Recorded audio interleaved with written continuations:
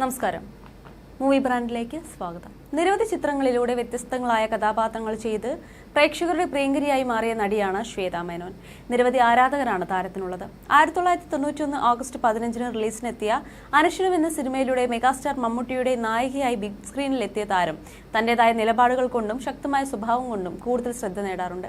ഇപ്പോഴിതാ മലയാള സിനിമയിലെ തന്റെ ചില നഷ്ട സൗഹൃദങ്ങളെക്കുറിച്ച് സംസാരിക്കുകയാണ് ശ്വേത. ഒരു ചാനലിന് നൽകിയ അഭിമുഖത്തിലായിരുന്നു ശ്വേത മനസ്സ് തുറന്നത്.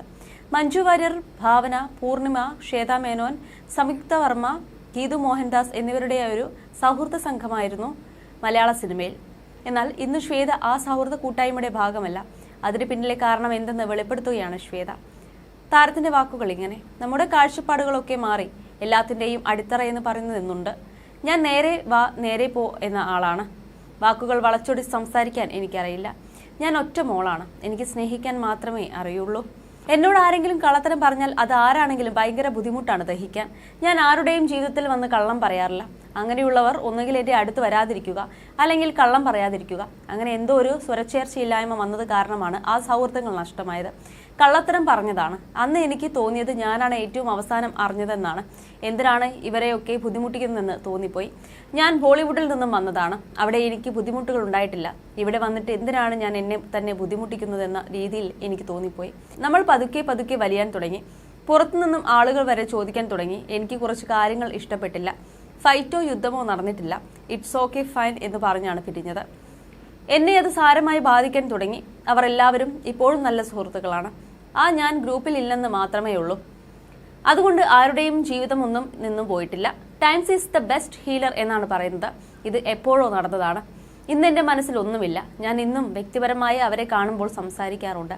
അവരെ ഓരോരുത്തരെയായി കാണുമ്പോൾ ഞാൻ വളരെ നന്നായി തന്നെയാണ് പെരുമാറാറുള്ളത്. പക്ഷേ ഞാൻ ആ ടീമിൽ ഭാഗമല്ലെന്ന് മാത്രം എന്നും ശ്വേത വ്യക്തമാക്കി. കുറച്ച് ദിവസങ്ങൾക്ക് മുമ്പ് തന്റെ ആരോഗ്യനില മോശമായതിനെ തുടർന്ന് നടി ചികിത്സ തേടിയിരുന്നു. കുറെ നീണ്ട യാത്രകൾക്കും ശേഷം എന്റെ വലതു തോളിൽ ഒരു വേദനയും അസ്വസ്ഥതയും ഉണ്ടായി. കഴുത്തിൽ നിന്ന് വലതു കൈ വരെ വേദനയും മുറുക്കവും അനുഭവപ്പെട്ടിരുന്നു. നടക്കാൻ പോലും ബുദ്ധിമുട്ടുണ്ടായി എന്നും നടി പറഞ്ഞിരുന്നു. അതേസമയം ബാദലാണ് ശ്വേതയുടേതായി ഒടുവിൽ പുറത്തിറങ്ങിയ സിനിമ. ക്യൂൻ എലിസബത്തിലും താരം അഭിനയിച്ചിരുന്നു. ഡിസ്നി പ്ലസ് ഹോട്ട്സ്റ്റാർ ഒരുക്കുന്ന നാഗേന്ദ്രൻസ് ഹണിമൂൺ എന്ന വെബ് സീരീസ് ആണ് ശ്വേതയുടേതായി ഇപ്പോൾ അണിയറയിലുള്ളത്. അഭിനയത്തിന് പുറമെ ടെലിവിഷൻ ഷോകളിൽ വിധികർത്താവായും സജീവമാണ് ശ്വേത. ഈ അടുത്ത് ബിഗ് ബോസ് മലയാളം സീസൺ 6 അതിഥിയായും ശ്വേത എത്തിയിരുന്നു. സീസൺ 1 മത്സരാർത്ഥിയുമായിരുന്നു Shweta. 1994 Femina Miss India Asia Pacific കിരീടവും ശ്വേത നേടിയിട്ടുണ്ട്. മികച്ച നടിക്കുള്ള 2 കേരള സംസ്ഥാന ചലച്ചിത്ര അവാർഡുകൾ ശ്വേത നേടിയ കഥാപാത്രത്തിന്റെ പൂർണ്ണതയ്ക്ക് വേണ്ടി എന്തിനും തയ്യാറായിട്ടുള്ള അപൂർവം നടിമാരിൽ ഒരാൾ കൂടിയാണ്.